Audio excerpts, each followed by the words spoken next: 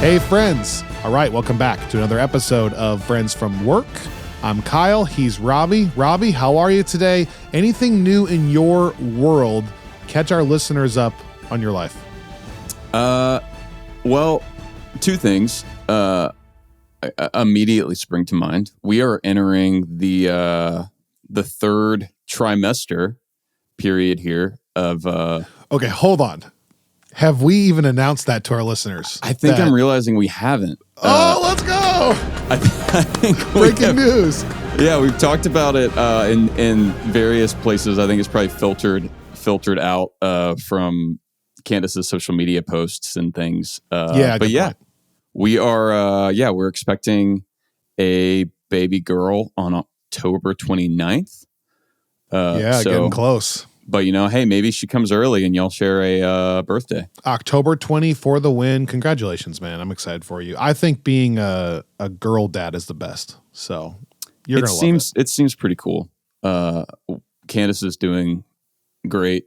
I am just here, kind of just, Yeah, you don't do much support during the pregnancy. Yeah. But one thing we have done as we're you know what you are doing, ready. by the way, is you're preparing for the no sleep by just working insane hours and already not getting sleep. So now you're conditioned.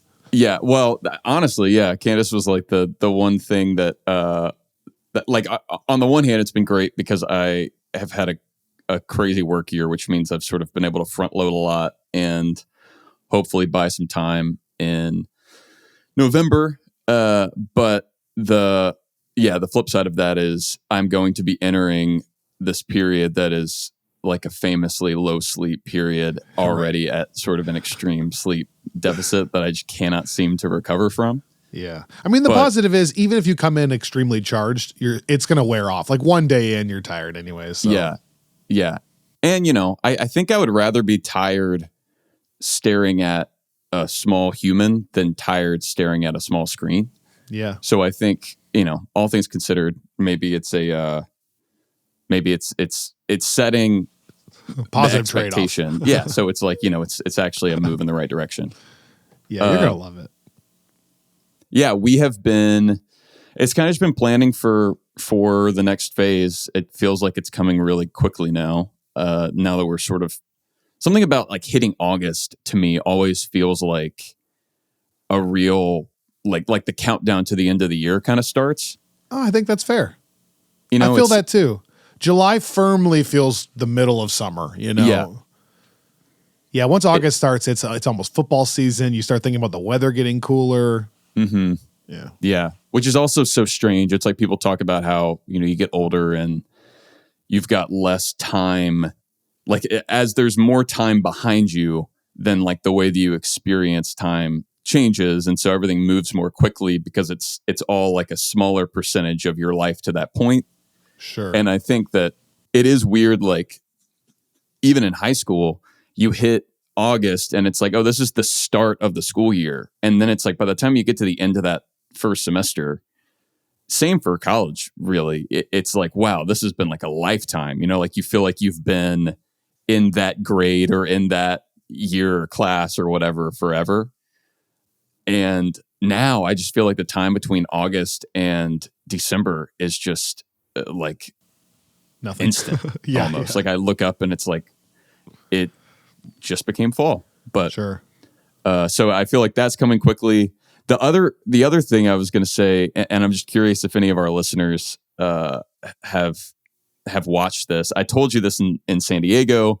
Kandace and I randomly a couple of months ago started The Walking Dead back from the beginning. I had watched the first couple seasons back when they were airing and then fell off. But, Kandace likes stuff like that. And so I always thought that if we kind of had the right moment that we would enjoy it. And so that's kind of been a fun, like to have a show like that is that long, that's kind of the classic network television rhythm, has been weirdly comforting, even though it is like a very dark show, obviously. So that's been like, it feels like this journey that we've been on that's weirdly corresponded with like this the pregnancy, and I feel like now it's like a race to get finish the show before the baby comes, because I feel like that's probably not something that we should have on around a small child. What season are you in of how many seasons? We've been plowing through, man. We just finished season 7 of 11. Okay. So yeah, you can make it. Yeah, I think we will. And it's fun. The like 40-minute episodes generally is kind of a nice change of pace. Like when I'm used to the like hour long or closer to hour long, like HBO lengths. But yeah, I'm curious if anyone listening is a big Walking Dead fan. It's been a great opportunity to go back and read the comics, which I never read. And that's been fun. I told you this in San Diego. I'm a big fan of the Invincible show, which is based on a Robert Kirkman comic. The Walking Dead is also based on a Robert Kirkman comic.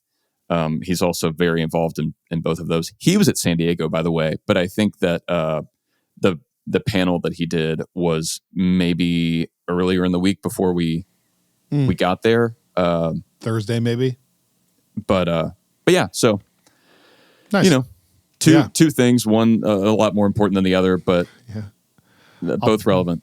I'll be interested to see how you guys handle screen time in the Earl household, because you're not supposed to do a lot of screens, but you guys got a lot of stuff going on that screen in the evenings.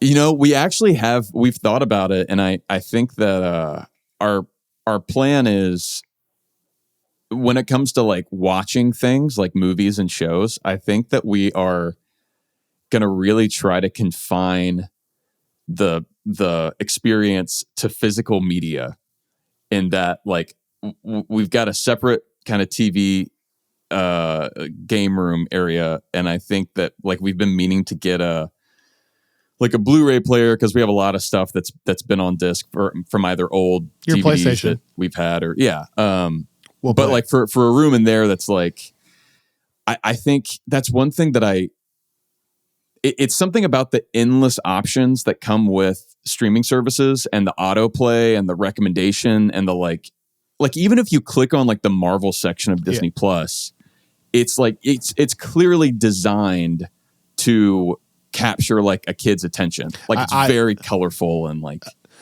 I had a little bit of that same experience a couple weeks ago when I was in Michigan. My parents still have TV. I think it's YouTube TV, but it's amazing the difference. Like last night, Annika and I have nothing going on, so I open up all the platforms. I open up HBO, Disney, Netflix, Apple, and I'm just kind of going through, and I spend probably 25 minutes just not selecting anything, realizing I've seen basically everything I want to see. If I wanted to see it, I've seen it. Right. But you end up not watching a lot of things. But then like contrast that to, I'm sitting in my parents' living room and we're going through YouTube TV, and The Last Jedi is halfway through, and it's the only movie on the movie channel. Yeah. So we click on it, and I'm like, this is kind of fun to watch. They made the choice for me. So then we actually pause it and open it up on Disney Plus and watch it without commercials. And then same thing happened with, I think it was Guardians of the Galaxy. Like nothing else is on. Oh, Guardians of the Galaxy is on one of these channels. So we watched Guardians of the Galaxy. And it was kind of nice that the decision was made for you. I didn't have a choice. That was the movie you were going to watch, No, it is. I think that's right. I mean, for adults as well, but especially like I've been around so many like kids of my friends and nieces and nephews, and I just think it's really, there are so many things that are trying to compete for their attention, and it's like we've created these apps and devices that like are almost impossible for us to ignore. And I think that then it's like, if we can't ignore like the flashing lights and sounds, then I definitely don't think that like a baby or a little kid is equipped to. And so I think it's like, if they watch a movie and Disney Plus is like, oh, hey, here you go, like you probably want to watch these other 3 things. Well, now they're going to be mad if they can't watch the other 3 things. But if it's just like, hey, do you want to watch Lion King? Lion King's over. Do you want to watch Lion King again? Then I think, I don't know, hopefully it starts to narrow that, but we'll see. I also just am obviously someone that appreciates physical media in general as a person that owns a lot of vinyl. You want to impart that wisdom to your child, pass it down. Right. Yeah. Physical media. By the end of it, we're just going to be a full Luddite family. Just nothing electronic at all. Just like cave drawings. But what about you? How's your post San Diego time been? It's been good. It's been good. The only thing I wanted to share today is that I saw yesterday was officially 15 years of The Other Guys. The Other Guys released 15 years ago yesterday, and so there were clips making the rounds. I still think it's my favorite comedy of all time. Michael Keaton in that movie gives the most outrageous performance. It's unbelievable, the comedic timing. I just saw the clip yesterday of Mark Wahlberg and Will Ferrell sitting on the couch, and his wife walks in, and that whole no, who is this? I'm Dr. Sheila Gamble. No, for real. Who is this? He's like, you come in here dressed like a hobo. No, come on, seriously. It's the old ball and chain. And then she tries to kiss him, and he turns her down. No. You know what I'm talking about? And Michael Keaton I got 2 jobs. I got this one and my other job at Bed Bath & Beyond. And his delivery of that stuff, like Bed Bath & Beyond is a perfect choice. But I think my favorite thing is he tells a joke in front of the guys. Shake your you-know-what, this pissing contest is over. But then he does this little that was pretty funny. I got myself. That's the kind of stuff that makes me laugh. Subtle. You know what I mean? He has this look I love when he's when he's at Bed Bath & Beyond and he mixes up his briefing to the The new bath mats are in. Also, there's a raping in Crown Heights. Oh, wait. Oh, sorry. Other job. You know what? Just ignore it. And then he goes, well, you know what? Don't ignore it. If you live in Crown Heights, don't ignore it. Just walk in Paris. Walk in Paris. That's what he says. It's so good. All the Bed Bath & Beyond employees are like, what the? Anyways, if you haven't seen The Other Guys, shout out to that movie. I know there was a run of, some people just aren't into Will Ferrell, but he's one of the biggest comedians we had, and he was on a run there for a while with that and Ricky Bobby and Blades of Glory and Wedding Crashers and not Wedding Crashers, sorry. No, Wedding Crashers. Yeah, I guess he does have the cameo. Yeah, that's what I'm thinking of. I'm thinking of old school Anchorman, Wedding Crashers cameo, and then those. Yeah, but The Other Guys is kind of my favorite just because I think it's a little bit more clever. I love them all. I love them all, but it's got a plot actually. Yeah, and like I said, Keaton is a huge add in that, and there's some other funny people too, and. The Rock and Samuel Jackson make cameos, and then Rob Riggle's in it, and Mark Wahlberg, and it's amazing. Well, and it's that movie's fascinating to me because Adam McKay, that was really his transition from, or the last straight up comedy, I think, before he kind of moved into The Big Short and Vice and Don't Look Up and doing more not serious, but not just straight comedic films. But The Other Guys is kind of weirdly both, because it's if you watch the credits, he's really getting into he's starting to preview what he would do in The Big Short. He's getting into Madoff stuff, but he's also just getting into the kind of corruption in the finance system. And so it's interesting that way, but it's also, Kandace and I are wanting to go see the new Naked Gun movie. Okay, I can't wait. But hold on one second. Before we transition off that, I think it's also just so fun that Will Ferrell, he often plays the very goofy character, which I love. But this movie's kind of fun that he's the nerd that's so straight-laced and everything, and that's the joke. He never does his typical kind of bit. Right. It's playing off Mark Wahlberg being way too mad, an anger management type cop, and he's the straight one that doesn't, analytical guy. And I think that just works so well. The Naked Gun is getting such good reviews. I didn't go to, I got a screener invite, didn't go. I was busy. We were doing something else. I can't remember. And I really want to see it. I have early memories of my dad being such a big fan of Airplane and that genre of movie. And apparently it's unbelievable. I've seen some other podcasts and other accounts talk about specifically that genre of comedy coming back. Yeah. and praising like and it's just so fun. Apparently like Liam Neeson and Pamela Anderson like really hit it off in real life, and it's just like nonstop jokes that land. Apparently, I've seen some videos of screen reactions of people just old guys just bursting into laughter the whole time. Oh yeah, I cannot wait. And then Weapons is coming out tomorrow. Yeah, which is like it looks like a Jordan reviews. Peele type horror movie, like a very thoughtful horror movie. So I posted my favorite movies on on Twitter today, and I just did honorable mention is that I haven't seen Sinners, and I'm excited to see The Naked Gun and Weapons. So yeah, I thought about that because Kandace and I went back and watched the original Naked Gun, which she had never seen, and yeah, my dad was so into those movies as well, and so I had seen dumbest humor, but amazing. But it's so dumb, but it's also like it's so good. It's kind of like Monty Python-esque, it's very like a lot of like wordplay, but really it's like it's slapstick mixed with like really like on the nose wordplay jokes that like are dumb, but also like an airplane. All right, guys, let's get some pictures, and all the photographers walk in and take the photos off the walls. Right, like like that. Like it's so dumb, but it's also like it's not. It's only obvious once it's been delivered. Like it is really funny and creative and different. The like famous, it's a very like specific. Surely you can't be serious. Right, I am, and don't call me Shirley. And that, like so watching stupid. The Naked Gun, I just realized how much the other guys is kind of in that tradition. I saw one clip from The Naked Gun, and it's just, they posted on social media like who framed him. It's just him like walking into a house like a crime scene, and I need to see it because I think it's gonna be so funny. He's like, "Is anyone here? Hello?"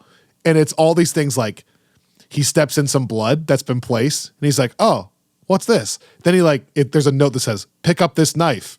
And he like picks it up, so he's got like all his DNA on that, and it keeps like escalating to he finds the guy in the room and he picks him up, but he lifts him up too high and his head gets chopped off by the fan.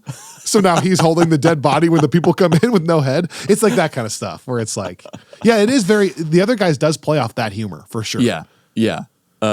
Which it's like it's all that. This file's got I'm more really fingerprints on it than Danson's wife. No offense, Bob. And then Bob goes, "Yeah, no, I get it." Like that's the kind of humor, right? Right. Yeah, sorry I interrupted you so many times. I'm excited to see it too. I think we'll make it happen pretty soon. I feel like you'll love it. I think Kandace would love it. That kind of humor. Yeah. She enjoyed The Naked, like she laughed a lot at the original. I think it's good to see a straight up comedy doing well. Like I'm they trying don't make to them think. anymore. They don't make Not them. really. I mean, like, there was that era you were talking about with Will Ferrell, like the Hangover movies were huge. Mm-hmm. But yeah, it's just not there. You don't really have cultural moment comedies like that. I mean, like maybe Barbie was that to some degree, but that was sort of a different thing. Yep, agreed. I listen to Smartless all the time, and they lament that all the time because they're all comedians, but just that kind of comedy, they talk about it a lot, how it just doesn't get made. They've even had like producers of studios come in as their guest to talk about why does that comedy not get made anymore? Like what about that in the theaters doesn't work the same way? And streaming's changed all that, and direct to streaming with some comedies and stuff. But yeah, like the big, we all need to go to the theater and laugh together kind of comedy. It's been a long time.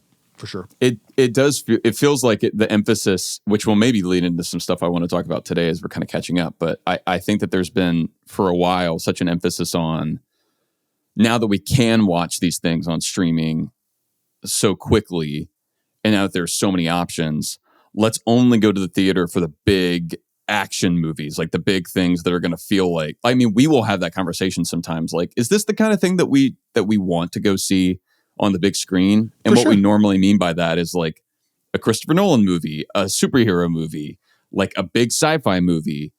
And so you often think like, oh, a comedy, well, we can just watch that at home and be the same thing. Yeah.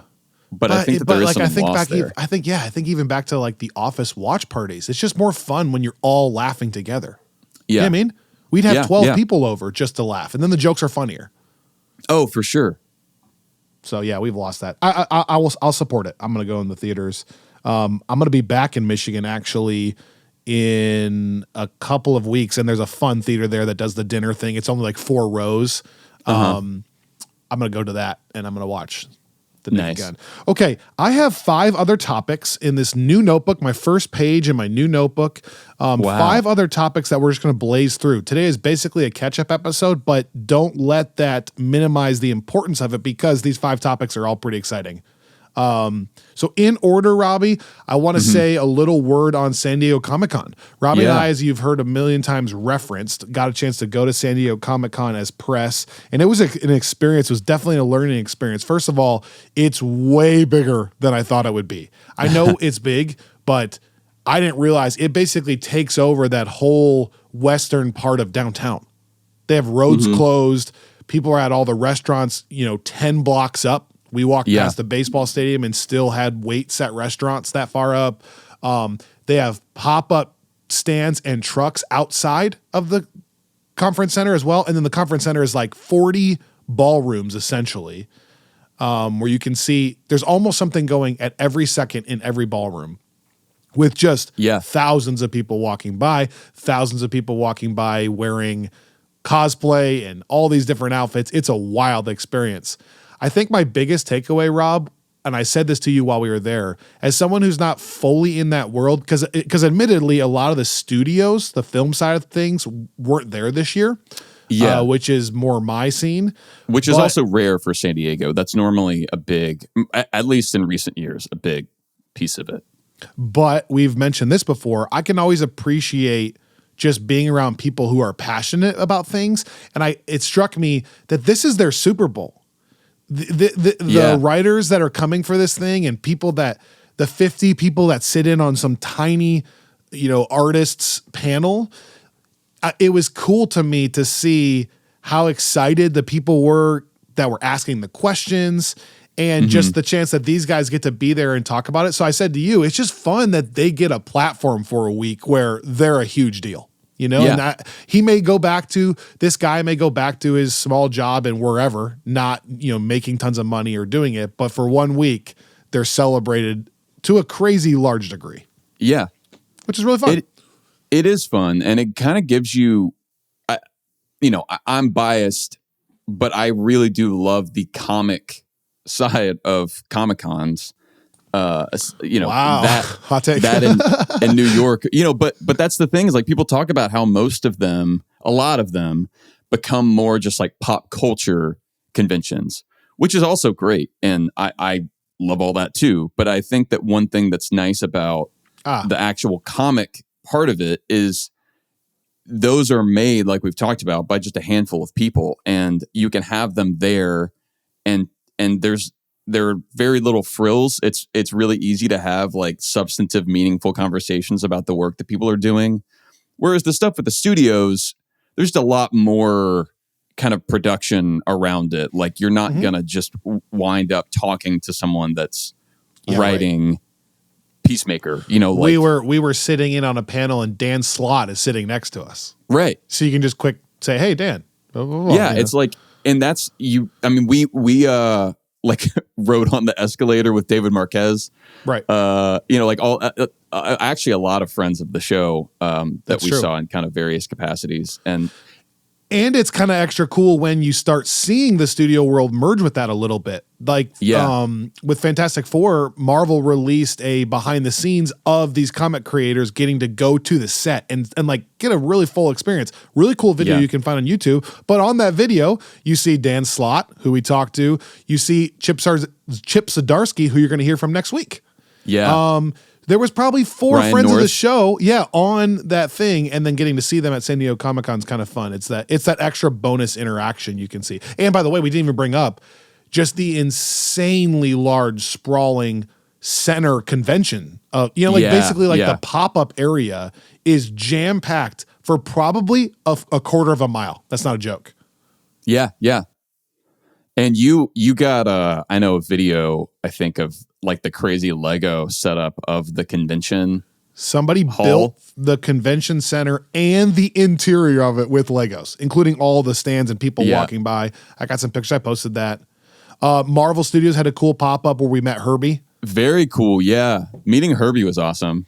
We met Herbie, and they have the Fantastic Four outfits there, and they had a giant screen playing behind the scenes of Thunderbolts and things like that. We saw that we got some Thunderbolts ice cream. Yeah. But then others, there was a lot of cool stuff. The Alex Ross thing that we're going to be talking about on Friends from Work Plus. He has a really cool display of all of his art. Ryan Meinerding, I think is his last name. Yeah. His that setup was cool.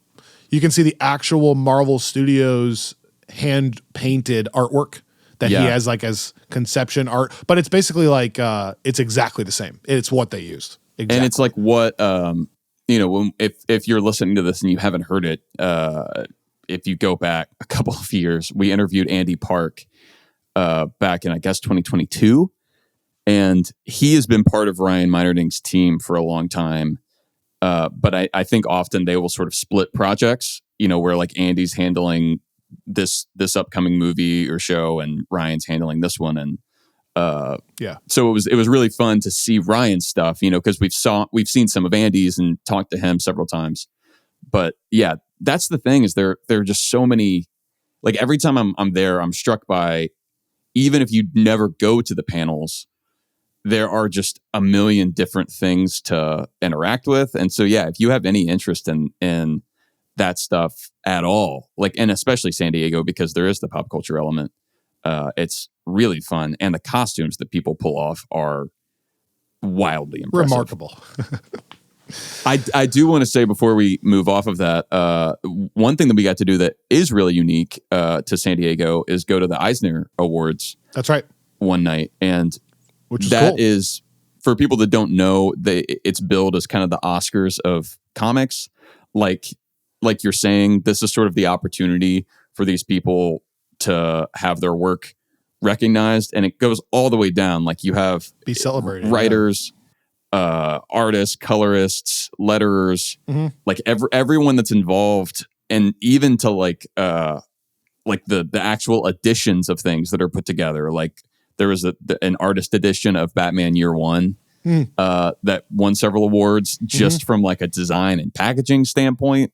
And so it really is cool to see like everyone whose hands touch these different things that are published, they all kind of have an opportunity to get an award and be recognized for that. And so it was really fun to be in the room with a lot of comics creators that I admire, but also some that we've had on the show previously or will be on the show in coming weeks. That's a perfect transition to one other thing I want to share, which is that Robby and I are taking a more dedicated effort to growing Friends from Work Plus. And over on Friends from Work Plus on Monday, we are going through the comic book Marvels by Kurt Busiek and Alex Ross. Speaking of Alex Ross, hence the transition here. It's really fun. Basically, we're starting a new series called Marvel Comics 101, and it's for people who have never read comics or didn't know where to start but want to get into it. Robby has specifically curated a few books that are just easily accessible, not crazy long running, and give a good glimpse into what makes comics great. Like if you don't like the book, then you probably just won't like comics. And we just finished, I read it too, by the way, going through the first one called Marvels. Really fun look at it. We're going to be talking about that on Monday on Friends from Work Plus. And then we are already like kind of making a plan now. Instead of saying generically, look, we'll get to some episodes. It's now saying, no, go to organicpricebooks.com, order Spider-Man Blue, and then read it and come back in a month and we'll talk about it here on the podcast and we'll have a discussion going on Patreon and Discord. So that's really fun. But that's not the only thing. We're also going to try to take a more dedicated effort towards Screensaver. Anytime you and I are talking about other film projects or TV projects that we're passionate about. So this week we released a free preview of that by giving out our Superman episode. But those are the kind of episodes that are going to be over on Screensaver. Yes, on the main feed we'll reference that we've seen Superman and stuff like that. But if you want a full review or a deep dive into it, that's on Friends from Work Plus. And then we're trying to make a more dedicated effort towards just bonus content of the MCU. So today we're going to talk a little bit about my second viewing of Fantastic Four, but then we'll probably just hop on Friends from Work Plus at some point and also chat more Fantastic Four. So if you want even more of it, or I have an idea for an episode of the top 5 twists in the MCU, we both pick 5. That's a kind of episode that will also be the main driver of Friends from Work Plus. So we're going to try to be real specific about that so you kind of know what's coming, what you're going to get over on Friends from Work Plus. It's $8 a month, and you can get it on Apple, Spotify, or Patreon. But my last announcement for today, we're doing this new thing, which is kind of cool. Patreon officially announced annual memberships. So instead of paying $8 a month, you can sign up for a full year, which obviously helps us, but it also helps you because you can save 10% off the overall price if you commit to a year. And if you do want to support this podcast, which by the way, it's the main driver of this podcast, you supporting us on Friends from Work Plus. If you want to do that, we're doing a thing where if you show me that you signed up for a year, you can get any free merchandise item from Friends from Work. Hence, these shirts laying on the couch behind me. I've been mailing shirts for people who have already. I just messaged our Patreon users last night and said, if you want to upgrade to a year-long subscription, let me know and I'll send you a free merchandise item. And I've already been sending them out. So that's really cool. But if you're listening to this podcast and you're not a member of Friends from Work Plus and you want to support this podcast and keep us going, check out Friends from Work Plus. Check out an annual membership on either Apple or Patreon. And if you show me that you have signed up for a year, thank you so much. We're eternally grateful. And I'll mail you any merch item for free as long as we have it still. Like we're out of the Spider-Man hoodie and we're out of the Love and Thunder t-shirt, but I have some Doomsday one left. I have some tumblers, etc. So there's stuff left and I want to send it to you for free. Thank you for choosing to support us. If you do that, we love you for that. Okay, Robby, 3 other things here. The next thing I want to transition to in really quickly is, have you been seeing all of this Spider-Man news? I have. For listeners who don't know, Spider-Man Brand New Day comes out next July, and they have officially begun filming in Glasgow and have been doing that now for about a week or two. Man, this summer, my Twitter feed, which is a lot of sports and some other stuff, my personal Twitter feed, the For You section, has been heavily populated by comic book stuff. Fantastic Four, Superman, etc. But nothing is quite like Spider-Man is my takeaway. Oh my gosh, my entire feed is every single behind the scenes shot of people trying to get a glimpse of them filming Spider-Man. Nothing moves the needle quite like Spider-Man. Maybe not even Avengers. Avengers will because of the big moment, like the big moment it creates. But Spider-Man fans are something else, dude. It is crazy to see the mania, but also just the level of critique, and you know this, but the level of critique on like every line on his suit. Yeah, like someone will be like, this is heaven on earth." Like I saw, like if someone said if Punisher gets like an Iron Man type upgrade, I'm going to blow my brains out on Kevin Feige's driveway. It's like, that's the kind of level of mania where it's like, it makes me laugh, but it's, oh my gosh, this is the greatest suit ever created. I wish they put one more line on the bottom left panel of his, or like the spider should be a little higher, and I love it. It's a mania, I just want to say, as someone that always comments on the costumes, I love it. I love the suit. Oh, people are freaking out online that it's the greatest suit ever made. I do, because it's the old school one with raised webbing now, and that's what they wanted. Well, and I think that I was thinking about like what are objectively my favorite like Spider-Man movie like live action costumes, and I think that you kind of have to separate out the nostalgia of it. So like the Raimi suit I love because of just growing up with it, and it is so unique. And I like that we have an element of that here, which was the whole part of the end of No Way Home, with him kind of taking these elements of the Tobey Andrews suits. And the Spider-Man, the Amazing Spider-Man 2 suit often gets shouted out as kind of the most comic accurate for the big eye Spider-Man. But I have always been really partial to the Civil War, like Homecoming original Stark suit, because I like the kind of smaller Spider-Man eyes and the smaller spider, and like, other than some of the extra lines on there that people talk about, like it really is fairly classic. So to me, this is kind of my, like, it's the best of all of those. Like it has elements of them, but it really does look like pretty close to the original Steve Ditko design, with the exception of the spider that is a little bit more like the, I guess both the Raimi and like Mark Webb movie design. Yeah. And we're not always right on this stuff, but typically like I remember go back a year ago, we started hearing rumblings about Thunderbolts and Fantastic Four. And usually when you start hearing like all these positive things, you can kind of track it and go, okay, this might be pretty good. Like, remember how much we talked about Thunderbolts? Like, we're not hearing any reshoots. We're hearing about all the practical, like they're really confident in how they're marketing this. And then that proved to be very true. And then same thing with Fantastic Four. Now the opposite side of that is like, we really loved what they did with Ironheart, but we didn't hear much about that. And what we had heard was like mixed, you know? And then it was like actually really great. So we're not always right with that, but I have a very good feeling with Brand New Day because everything I'm hearing and seeing seems to be like I felt with Fantastic Four and stuff, the right call. For those of you who haven't seen these Instagram photos, go to the at the FFW podcast on social media to follow us because we've posted some of this. I mean, some of the aura coming out of these behind the scenes, and they're just leaning into the practical stuff. So it's going to sound like I'm making this up, but they literally built a rig on a tank that is maybe, I'm going to guess, 30 feet tall, and they have Spider-Man attached to it, rigged up, swinging practically like left and right as the rig is going like 30 miles an hour down the street, and they're exploding things behind him. Real explosions in downtown Glasgow. And it's like, oh my gosh, it looks so cool.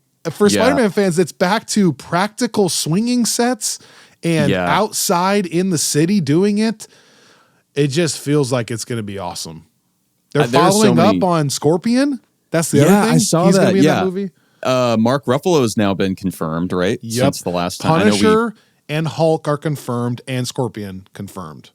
Yeah, I'm so glad they're following up on the Scorpion thing, just because that was not that villain specifically, but you know, we've talked about how I feel like they were kind of setting up a trajectory at the end of Homecoming that I think got put on pause a bit because of Endgame and them having to. And then No Way Home, and there was other things for them to use the Spider-Man property for. But now I think that this is a fun time to come back to a villain like that. I mean, I thought, you know, Scorpion was used really well in Your Friendly Neighborhood Spider-Man, and they kind of took a similar character design. So I think I'm just so excited that they seem to be leaning more into that and not into the multiverse stuff for the Spider-Man movie. Again, I'm like, it's not even a Marvel multiverse thing. It's just like, I love the Spider-Verse films. I think that they're pretty much perfect. I don't really think, and No Way Home, I think like I was really skeptical about, but they pulled off spectacularly. I don't think that Spider-Man as a character is actually all that well suited for the multiverse. Like the way that they've pulled it off in those properties, I think is really impressive. But the more you do that sort of thing, the further you get from what has always made Spider-Man so accessible, which is that he is supposed to be kind of the everyman. Right. And so you can't really do the things with him that you do with the Fantastic Four and with Thor and with Iron Man or the Guardians. So I think that like that them grounding it that way, it feels really satisfying. And it's the first time we've ever gotten four Spider-Man films in one franchise. So and there just seems to be a fresh energy there. Every photo is Destin Daniel Cretton smiling with Tom Holland's meeting fans in the outfit, and people are going crazy. Dude, it's gonna be awesome, and I think it's gonna be huge next year. He's got a crazy 2026 in the works. Yeah, he's gonna have that and the Odyssey. And ostensibly Doomsday or Secret. I mean, I don't think he hasn't been announced for Doomsday, but he's got. You know what? Doomsday. He's one of the ones that they haven't. I don't think they've officially said. It might not be. It might be that they want Spider-Man not involved in that stuff. I don't know. Yeah. To your point. But yeah, this year has been awesome. But next year is also going to be huge with Daredevil Born Again, made by the creators that want to make it that way. No intervention. Spider-Man Brand New Day. Anything with a Spider-Man movie. I mean, I think No Way Home grossed $1.4 billion. I know it's all changed since then, but just crazy. And then Doomsday. I do think if there's any movie that can like, or any property like franchise that can bring people to the theaters, it's Spider-Man? Spider-Man. Like, I mean, you look at the especially box office this fresh start of Spider-Man. Yeah, and I mean, Deadpool and Wolverine, was huge, and like we talked about, that's an R-rated movie, which automatically kind of like funnels, Some like people it out. excludes certain folks. But yeah, Spider-Man, like I do think, and we've got other things to cover on this episode, but I want to talk soon about the box office for Fantastic Four and Superman and Thunderbolts and some of the conversations out there, because I think it is this interesting, even talking about like the Naked Gun, like an interesting moment trying to read the tea leaves and figure out what the next era of the like big blockbusters is. Well, and it's just changed. But, I read an article about how the premise was 750 or 800 million is the new 1 billion. Like if you get to that number, it's huge. We'll talk about that in a different episode. But it did get to 1 billion. Minecraft. Lilo and Stitch. Oh, really? Yeah. Feels like the younger audience market's a whole different thing because parents have to go with them. So it's automatically 4 people going ish, and they will go multiple times, I think, as a way to entertain. Like, oh, they love that movie. Here's 3 hours while I don't have to really parent because they 2 hours because they love the movie. That's a whole different thing. And then again, we can get this on a different episode, but the international thing has changed so much. Right. So like we're not getting China numbers. Well, that was a huge part of it. Like that was a huge part of Endgame. So it's a totally different conversation. Lastly, I forgot to mention also Vision Quest is coming out next year, and that finished filming, which I'm really excited about just because I love Vision. I love Vision, the character. So next year could be a freaking slam dunk if those are the 2 live shows and the 2 movies. Are you kidding me? Okay, we'll be right back with Fantastic Four and Eyes of Wakanda after a quick word from these sponsors.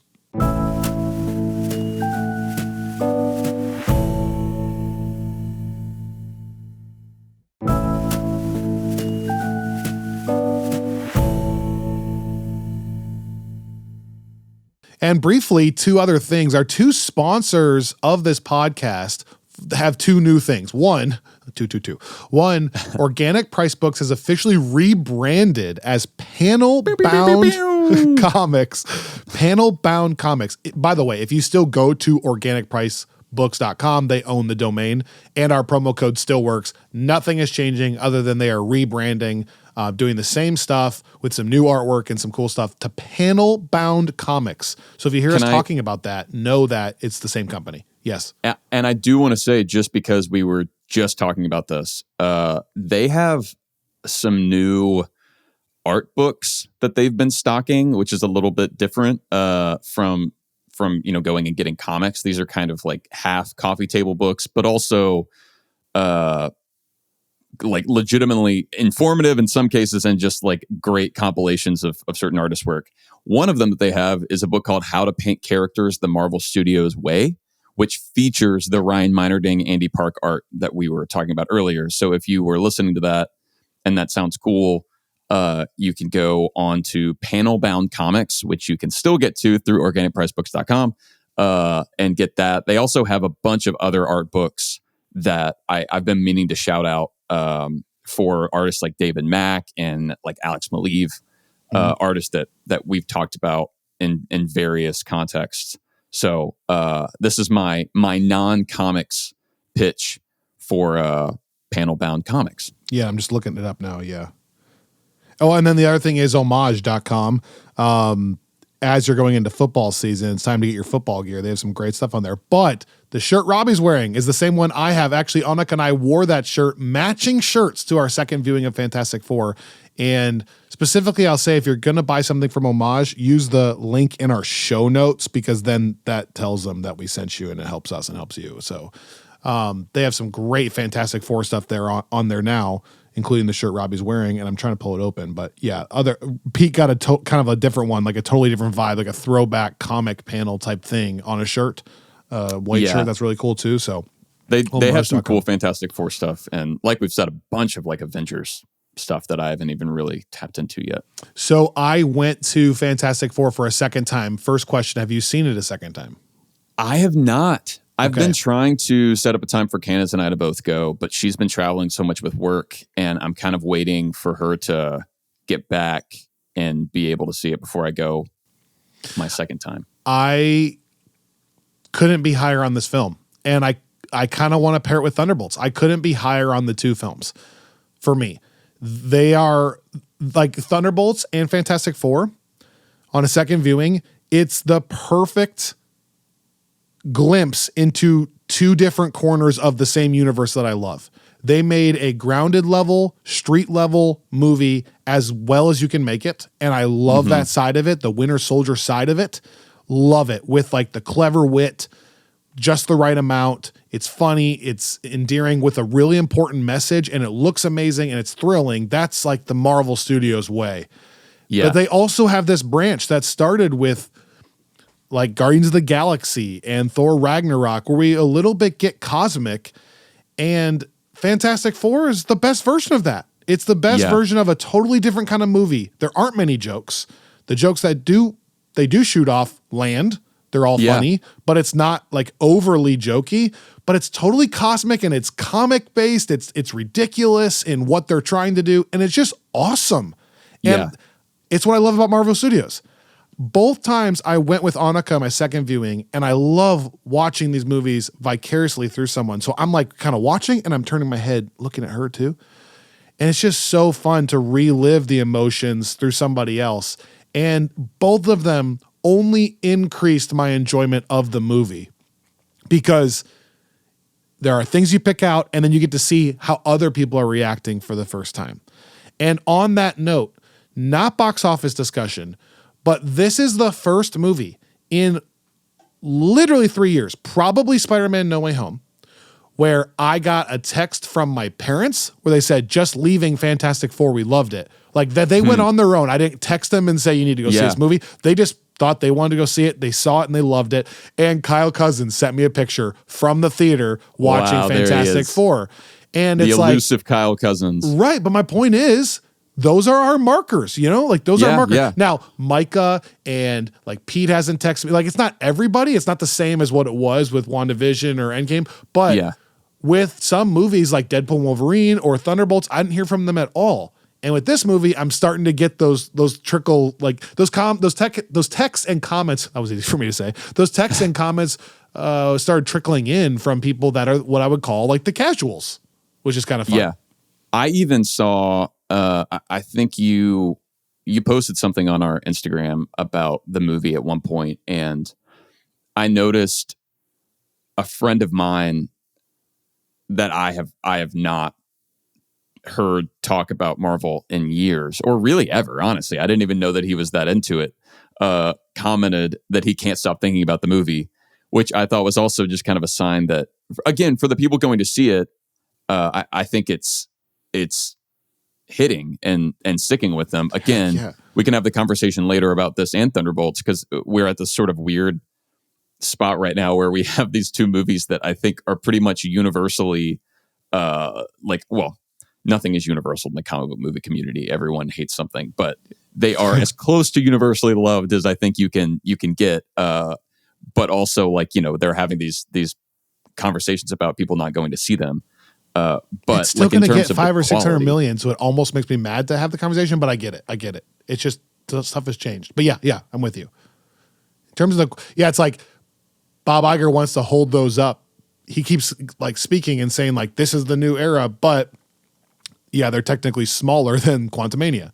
But I think they're smart enough to know that there's other factors than the quality of the movie there. Well, and I do want to say, because I was thinking about this week, I get it from the Disney perspective. Ultimately, they're a business and they need to make money. So I'm not belittling that. But I think from the fan perspective, we've talked about how there's this kind of weird thing that happens where we almost equate like the film franchises that we love with like sports teams, where it's like you're rooting for it and you're watching the box office and like, oh man, like I want to see it overtake X or whatever. And that's great, because if you love something, you want it to do well and you want it to stick around.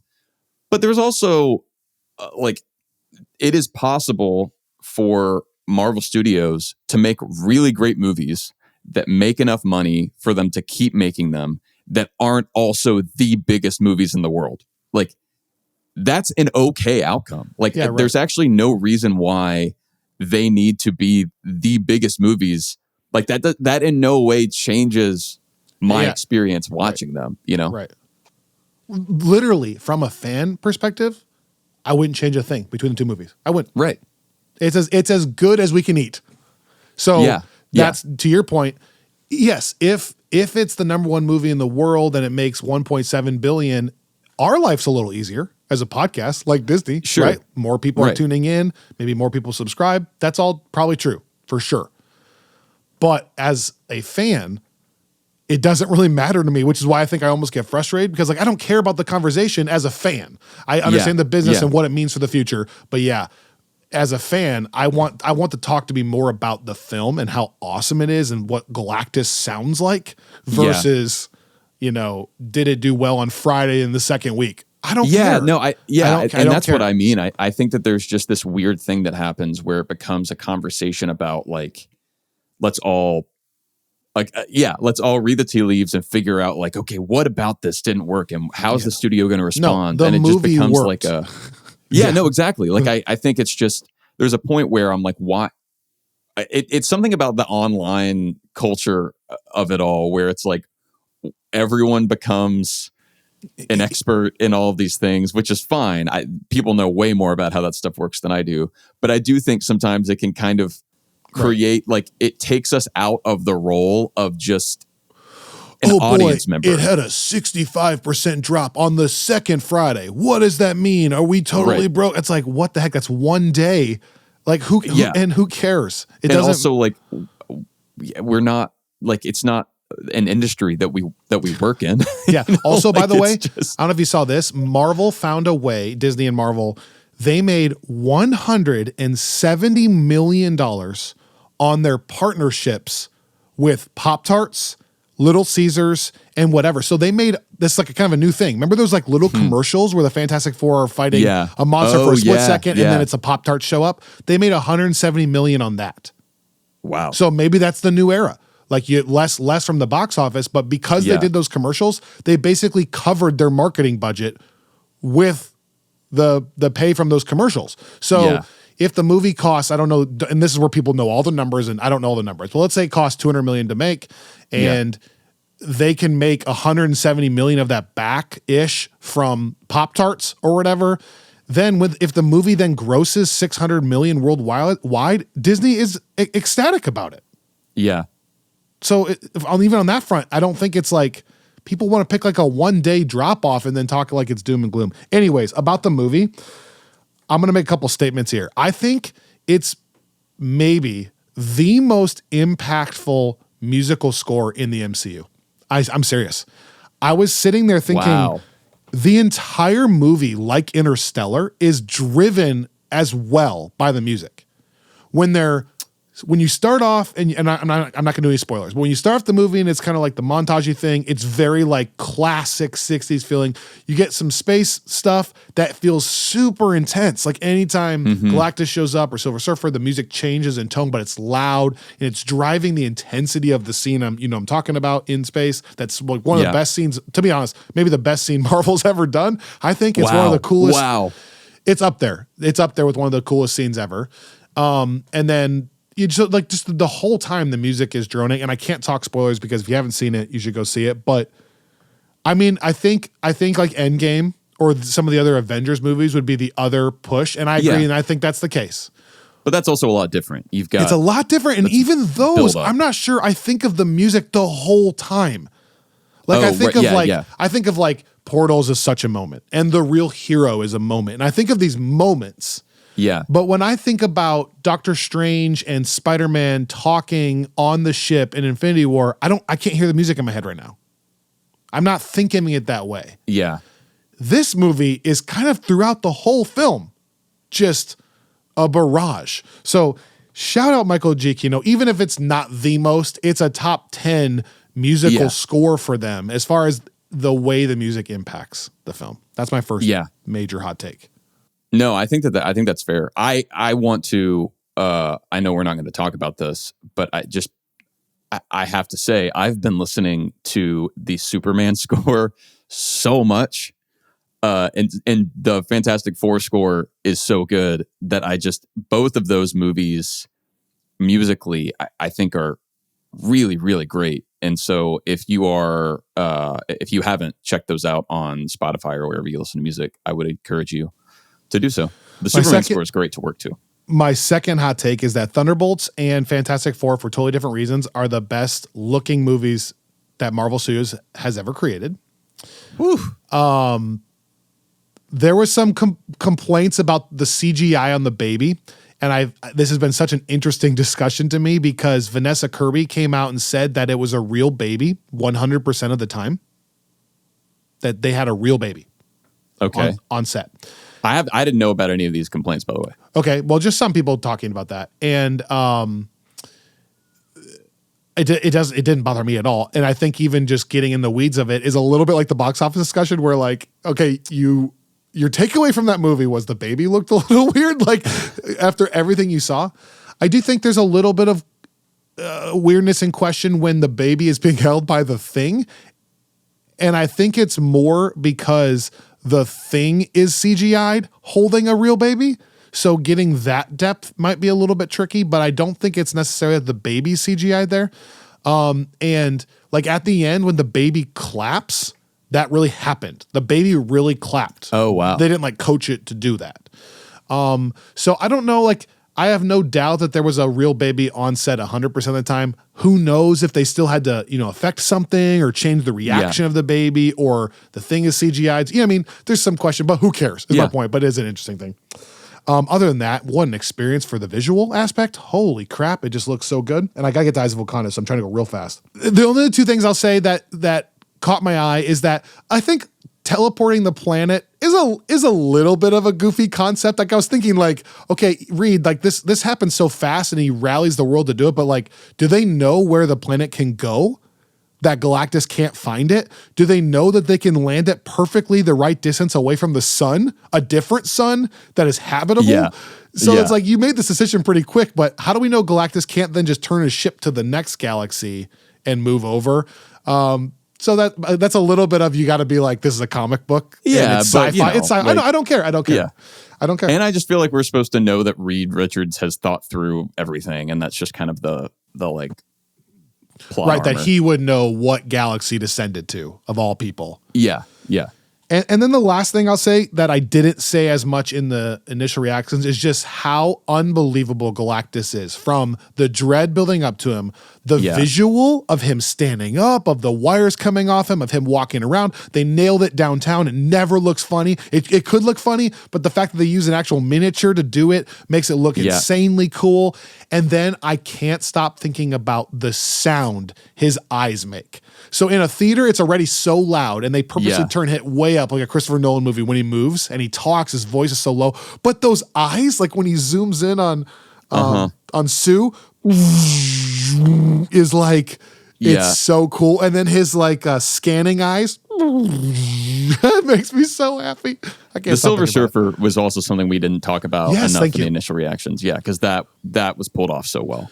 Visually, so stunning. There's a shot of her looking at Johnny, and you see how good she looks as a chrome body, but then you can see Johnny's reflection in her face, and it's like the level of detail of making that work, because it's different than just painting her gray. You got to have the reflection too. And then Julia Garner's great. The dialogue for it is fire. Are you kidding me? And she totally owns it. I love it so much. I have no preconceived notions of it has to be a male Silver Surfer, so I love it. I prefer this over the other iteration by far. So cool. Yeah. Actually kind of a moving driver of the film, has some special moments towards the end. Here's the last thing I'll say. We're going to probably come back to this and rank it together, and we got to get out of here in a second. But we're going to rank this together. We both think it's tier 1, no question. I think you thought it was one of the best standalone comic book movies you've ever seen. Yeah. So it's going to be really, really high. Preference-wise, I was looking at my personal list going, okay, Endgame, Infinity War, Civil War, 1, 2, 3. It's hard to top if it's not an ensemble movie, but those in my mind are just such perfect moments, which is why we created the S tier, that kind of thing. Yeah. Then there's this next chunk of, and this was crazy, I'm going to include this in the next chunk of Guardians 1, No Way Home, Thunderbolts for me, Ragnarok, Fantastic Four, and Homecoming. And I think Wow. Yeah. after that, you have very obviously tier 1 movies with like Iron Man, Black Panther, The Avengers, Winter Soldier. But for me, preference-wise, these 2 films are above that. I think I would go Ragnarok, Guardians, No Way Home, Thunderbolts, Fantastic Four. But I think I'd put them all ahead of Homecoming, and I love Homecoming. It's perfect. So I'm just saying that to emphasize I'm just what we're talking about here. To contextualize it, I'm flirting with one of the 8 best movies they've ever made, and that's with 3 films basically being removed from the discussion. So we're talking a top 5 movie for Thunderbolts and Fantastic Four for me. I just don't have hardly any flaws. And getting the reaction I got from Annika is like so affirming. You're like, holy crap. She's a diehard MCU fan, but just, because of circumstances getting to see it late and stuff, she loved it. And it only confirmed what I felt. Okay, wow. But I fully agree. Yeah, and then for Eyes of Wakanda, a brand new animated miniseries, 4 episodes, I thought it was the most fine show ever. Just totally average to me. This is going to sound way too harsh, okay? And I don't mean it to be as harsh as I'm going to sound. But I watched it and I thought to myself, I wonder who this is for. I wonder, in my opinion, who this benefits. I was saying to Annika, I'm like, does Disney Plus really, are they super stoked to have this show? Are there people signing up for Disney Plus because Eyes of Wakanda's on there? Well, I think this was part of that crop of just greenlit projects from way back when it was just like kind of what we talked about in the Kevin Feige interview episode a couple of weeks ago, where it's just like, I really think that they were like, they wanted to populate Disney Plus with as much content as they could. Because, I think the thing that's kept Netflix ahead in the streaming wars is that it had a head start, but it's also constantly putting out new stuff. So it's not necessarily that like any one thing on Netflix is better than anything on HBO or Disney Plus. Because Netflix does have some great stuff, but I think it's the quantity aspect. So I feel like this goes back to a time when it was just like, we can have another show. Yeah, let's do it. Like we can do What If, and we can green like Marvel Zombies before we ever even show the zombies in What If. Yeah, sure. But I will say from my perspective, I had very low expectations. I liked it. I thought it was great. I mean, like for what it is, I liked that it works within the MCU, like that it can be something that doesn't really alter anything, but I think it can slot in. Like I noticed that they put it in Disney Plus, like within the chronological timeline. Mm-hmm. And I would say for me, I thought it was stronger than any season of What If. I think I mean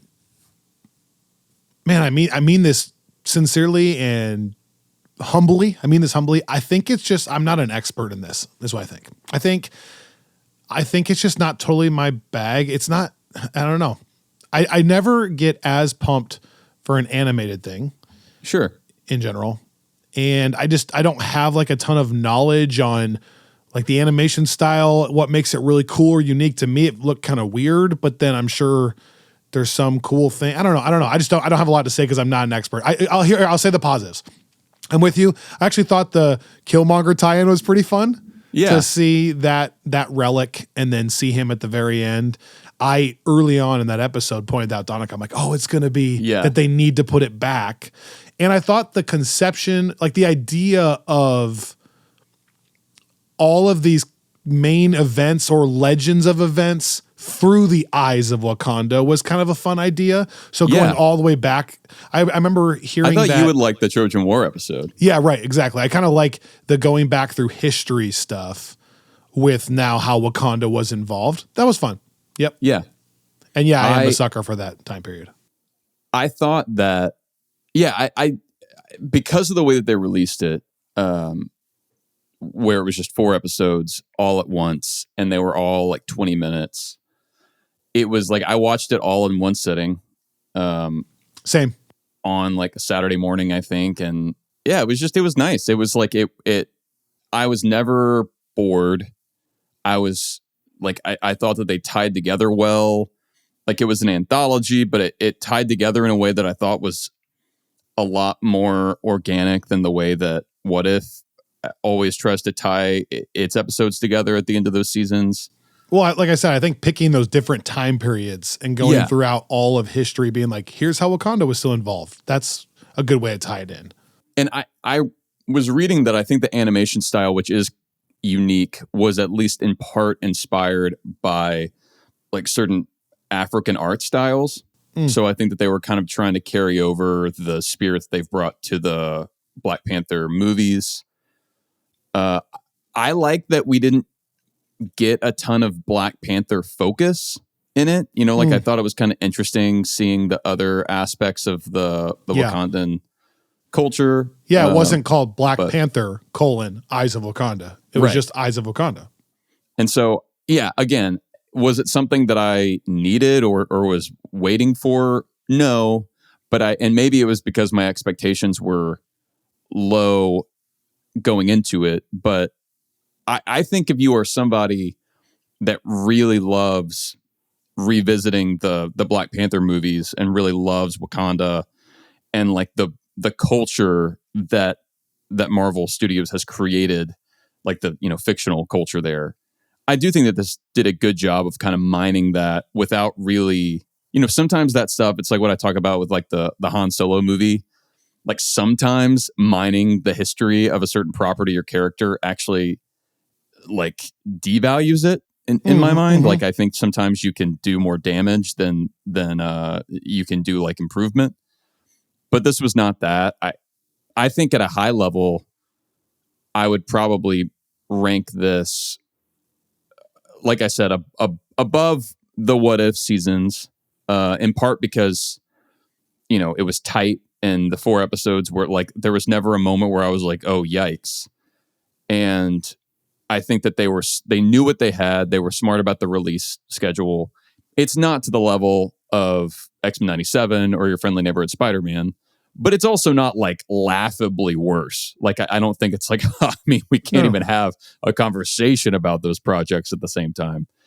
So, I think it was a win for Marvel Studios insofar as they were, wanting people to put eyes on this, which like it was just sort of kind of like Ironheart. They just like slid it out there right after Fantastic Four came out in a way that was. Yeah, but then I ended up loving Ironheart. Yeah, I thought it was good. This is a true insecurity. We'll close the episode on an insecurity, me getting real vulnerable. Like, I feel like I'm good at talking about things that I'm passionate about, and you know me as a human. There are like 7 categories that I get. I can't explain how excited I get about something, whether it's Marvel Cinematic Universe or some video games or Kirk's career or football in general or all kinds of things. But if I'm not passionate about it, it's hard for me to come up with talking points on something, which is weird for a podcast. But when you and I started the podcast, it was because I was already passionate about every project that had come out. Right. So I always knew there was going to be a hurdle of, if something's not totally my bag, but now I have a podcast talking about it, I always knew that was going to be a little bit weird for me. And so I don't say anything I said to be funny or bash it. It's not for me totally. And so I don't know what to add. I've been pleasantly surprised with like Your Friendly Neighborhood Spider-Man. That was something I thought would be like this, but then it got me so captivated that the opposite happened. Now it is one of my things, but so I sincerely mean like, I hope people enjoy it. I just am not the person to add a lot of context to this. Does that make sense?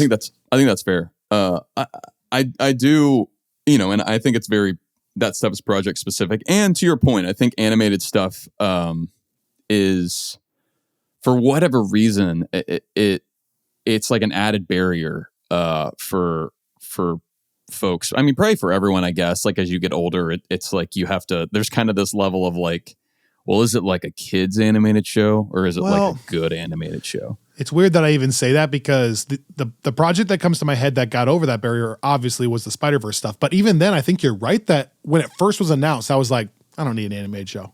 I don't need a movie that's animated. Whereas but like Toy Story is technically animated. It's a different kind of animation that obviously played a huge role in my life. So it's possible for sure. But I think you're right. I do have to get over a barrier first. I think you're right. And I think that is kind of it's an interesting cultural thing because I've thought about this a lot to go all the way back to the beginning of the episode, watching the Walking Dead and having watched Invincible. And, you know, both of these are TV adaptations of Robert Kirkman comics. And I think that the Walking Dead show in live action is so often hamstrung by the fact that it is live action. But on the other hand, I think it set the record at one point for like the most viewed network show ever. And obviously, like, I don't think Invincible is ever going to pull numbers like that. And so I think that there's kind of there's like a give and take. But I think for me, what I've come to value about well done animated projects is how you can do things like that are creatively kind of bolder. The problem is, I think you can't let that be an excuse to go off the rails, which I think is part of my complaint with What If. Sometimes it's like, just because you can do something that's crazy and goofy doesn't mean that you necessarily should. Like you're like, there are still rules in terms of how invested I need to feel. And if it just feels like all I'm seeing is a bunch of colors across the screen that don't really add up to anything, then that's not any added value. But I think that here it was, you know, like the cost of doing a show like this, where it, like, if you think about doing an episode where you see a Wakandan agent in like the Battle of Troy, like live action, how much that would cost? Yeah, like it would be absurd, like not in any universe worth it. Have to rebuild the castle and get Achilles as like cast to somebody. But instead, you can just have kind of a little like well done, like mini story, and I think that's part of the value. But I think I agree with you, by the way, too. I'll just say that's where I would place it. I would. It's not Friendly Neighborhood Spider-Man or X-Men 97, but I think I cared more than What If, for sure. So yeah, so kind of jam-packed episode today. I thought Eyes of Wakanda was just fine, but I'm open to more discussion about it. If you want to chime in on Discord or something, I'm open to other thoughts. I have already seen some people that loved it, which is awesome. And then, yeah, like I said, we have some fun stuff coming up on Friends from Work Plus. You can see all the merchandise behind me. I'll be shipping these out. If you sign up for a year-long subscription to Friends from Work Plus on Apple or Patreon, I'll send you a free merchandise item.